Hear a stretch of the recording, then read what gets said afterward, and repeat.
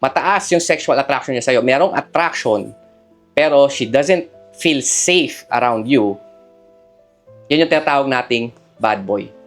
Okay? Again, kaya mas pinipili ng mga babae yung bad boy kasi nga may attraction. Again, they will choose if they are attracted to you.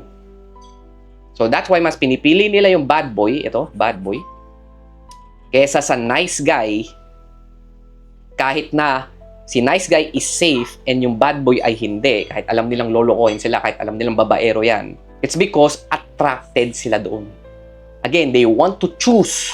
They are choosing if they are attracted to you. So that's why mas pipiliin nila yung bad boy kaysa sa nice guy, sa friend.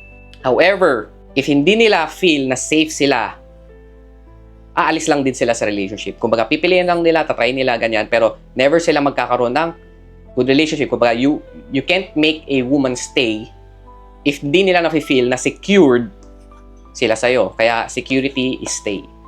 Okay? So, ang pinaka-gusto nila, ang pinaka-fantasy nila is to find a guy na sexually attracted sila and also will make them feel safe. Kaya ito ikaw. Ito yung gusto kong mangyari sa atin. Okay? I want you to be her king. Kumbaga, she is attracted to you and also she feels safe around you. So, ibig sabihin lang nun is attraction is the key. Kumbaga, ito talaga yung una mo dapat gagawin. And security is the lock. This will make her stay. Okay? This will make her obsessed. Kumbaga, ito yung maglalak. Ito yung maglalock in. Attraction will open the door. Security will lock her in.